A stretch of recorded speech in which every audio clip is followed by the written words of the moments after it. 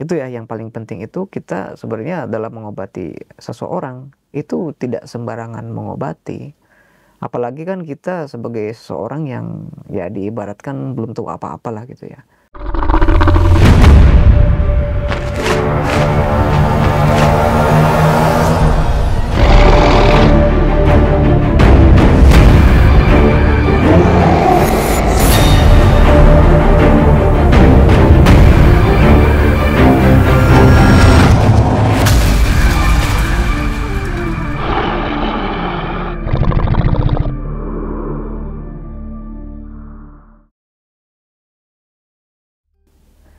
Assalamualaikum warahmatullahi wabarakatuh.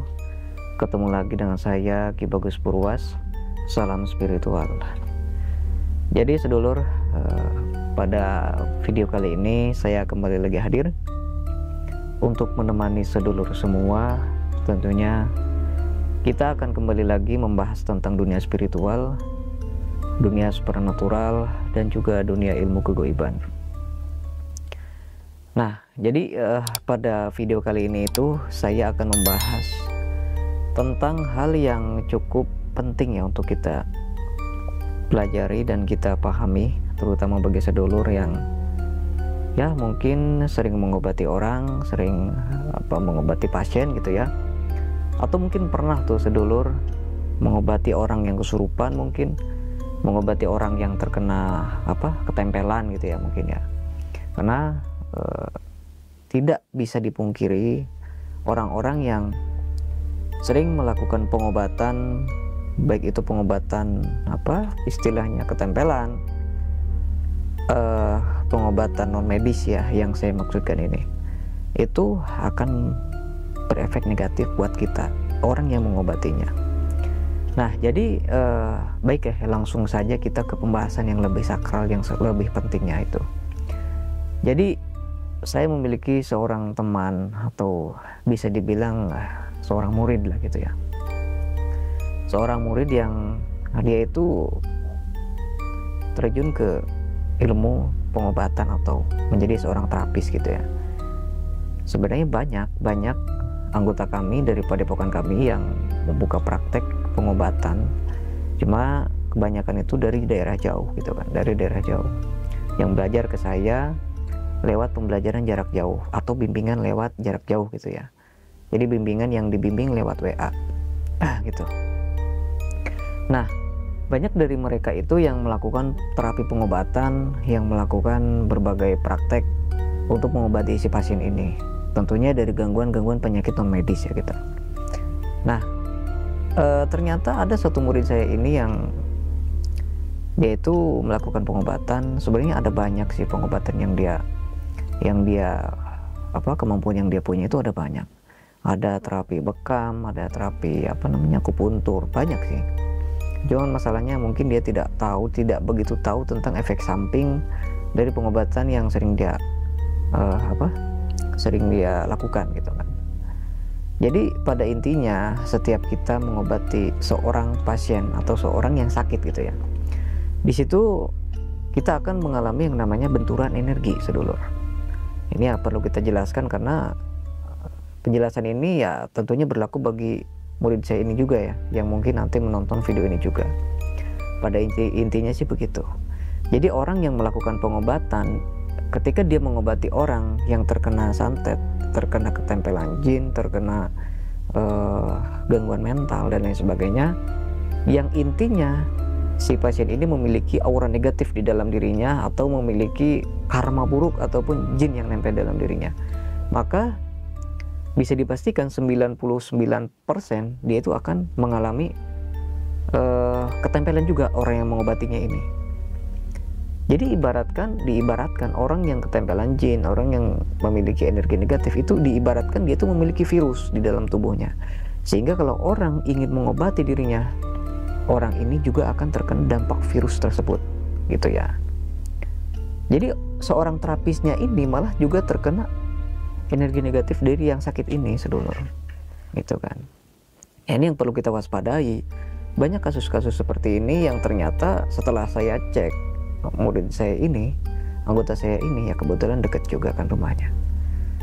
Dia itu ketempelan dan ternyata negatif gitu kan, negatif. Nah, ketempelannya ini itu berasal dari si pasiennya ini, sedulur. Ternyata berasal dari si pasiennya ini. Nah, ini kasus seperti ini sering saya lihat dari beberapa anggota kami juga, sebenarnya bukan cuma satu kali, dan kebetulan belum lama kemarin saya ngalami lagi gitu kan. Nah, itu ya yang paling penting itu kita sebenarnya dalam mengobati seseorang itu tidak sembarangan mengobati. Apalagi kan kita sebagai seseorang yang ya diibaratkan belum tahu apa-apa lah gitu ya. Kita mengobati orang dengan cara yang sembrono, dengan cara asal-asalan gitu kan. Misalnya kita pegang orang yang kita mau obati di bagian yang sakitnya, atau kita melakukan pengobatan yang dengan cara yang tidak tidak sewajarnya, yang tidak ada cara yang guru kita kasih gitu kan. Kita main obatin aja. Mungkin bisa jadi pengobatan yang kita lakukan itu adalah pengobatan cara yang salah gitu kan. Meskipun pada intinya pengobatan dengan cara dengan cara ilmu hikmah yang kita miliki itu bebas sebenarnya kan. Akan tapi tetap saja kita harus memikirkan apa nih efeknya apabila kita mengobati dengan pengobatan cara yang seperti ini gitu kan. Nah, ini sebenarnya yang harus kita pahami. Makanya cara pengobatan apapun itu sebenarnya terserah sih gitu kan. Terserah itu mau dengan cara dipegang kayak, mau dengan cara ditiup kayak, mau dengan pakai air putih aja kayak, mau dengan pakai media herbal kayak gitu kan, digabung-gabung dan lain sebagainya, itu bebas sebenarnya. Cuma yang jadi masalah itu kita tidak membentengi diri kita dulu.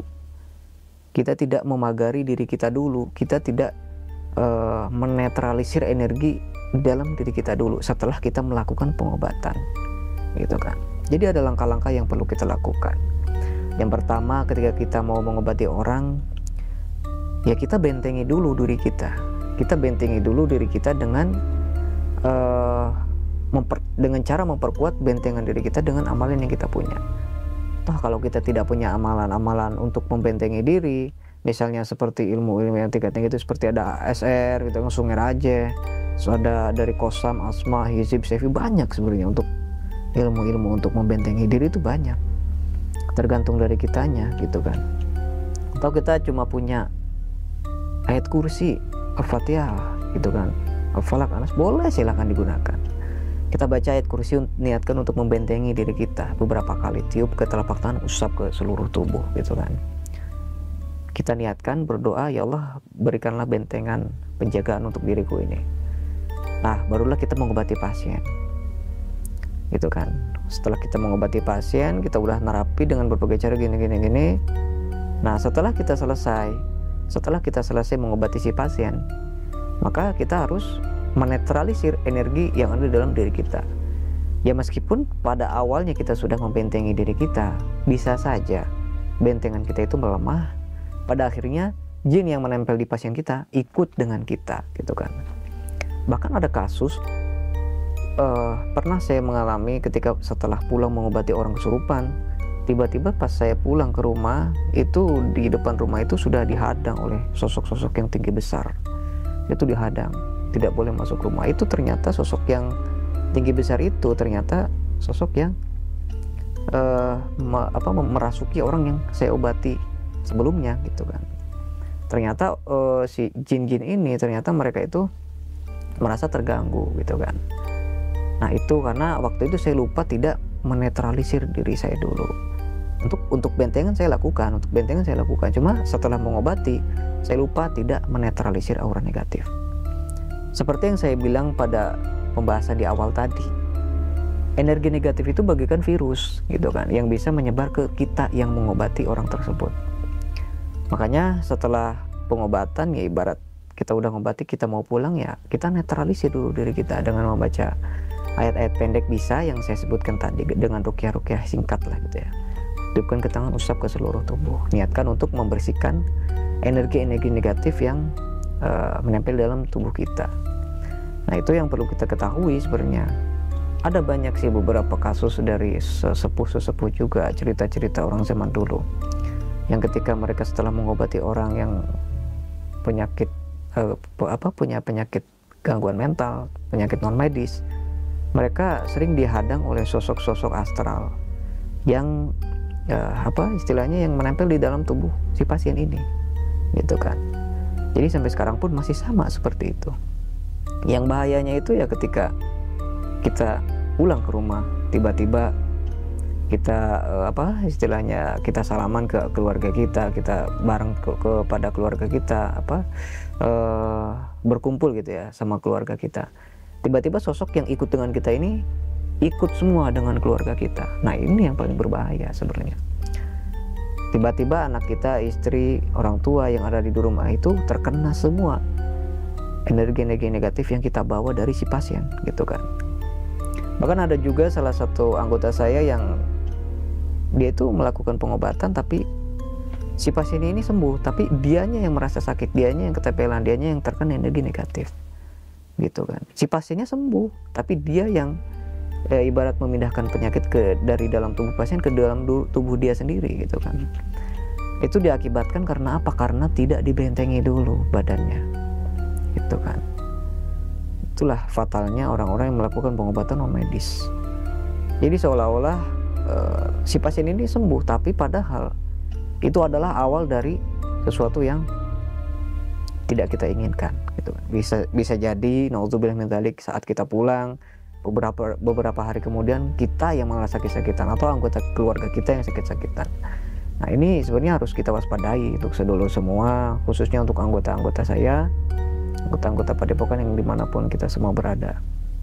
Jadi jangan lupa untuk kita melakukan pembentengan diri, kita melakukan penetralisir setelah kita melakukan pengobatan itu sangat penting. Itulah poin pentingnya yang perlu kita pahami sebagai seorang spiritual. Karena seorang spiritual itu meskipun kita tidak berkecimpung di dalam dunia ilmu pengobatan, tidak membuka praktek ilmu pengobatan, tetap saja pasti ada aja orang yang meminta diobatin, gitu kan. Apalagi kan kalau orang-orang yang seperti ini dari mulut ke mulut, gitu kan. Kalau orang ini sembuh, nanti orang lain ingin diobatin, orang ini sembuh, nanti orang lain yang ingin diobatin, kayak gitu aja terus. Makanya sebelum kita melangkah jauh ke sana, kita harus memahami dulu, gitu kan, cara-cara pengobatan non medis itu bagaimana. Itu yang paling bahayanya sih itu tadi. Jadi di saat penyakit tersebut itu menular ke anggota keluarga kita yang lain, kasihan juga, gitu kan. Kasihan untuk orang yang ada di sekitar kita, kasihan. Itu ibarat virus sebenarnya, ibarat virus yang perlu kita jauhi lah, gitu ya. Nah, jadi begitu ya untuk pembahasan pada kesempatan kali ini. Sebenarnya cukup singkat, tapi pembahasan seperti ini harus saya bahas dan jabarkan lewat video ya, gitu. Jadi supaya teman-teman subscriber semua pada menonton dan mengetahui hal ini, supaya kita semua ya tentunya penonton subscriber di channel ini mungkin sebagiannya spiritual atau orang yang menyukai dengan ilmu spiritual, gitu kan. Jadi ya semoga bisa menjadi pelajaran buat kita semua untuk hal ini. Karena sampai sekarang pun ya tetap kadang-kadang kalau saya lupa ya lupa, gitu kan. Pulang ya kadang masih dicegat, masih sampai sekarang pun masih. Ya cuma saya masih berusaha untuk tidak lupa, untuk membentengi dan membersihkan aura negatif. Itu sih yang paling penting. Ya mungkin cukup sekian dulu aja konten kita pada video kali ini. Semoga sedikit besarnya memberi manfaat buat semuanya ya, terutama para terapis, spiritualis, atau orang yang sering mengobati orang yang tiba-tiba sakit, gitu ya. Nah, mungkin cukup sekian. Semoga bermanfaat. Saya Ki Bagus Purwas. Assalamualaikum warahmatullahi wabarakatuh.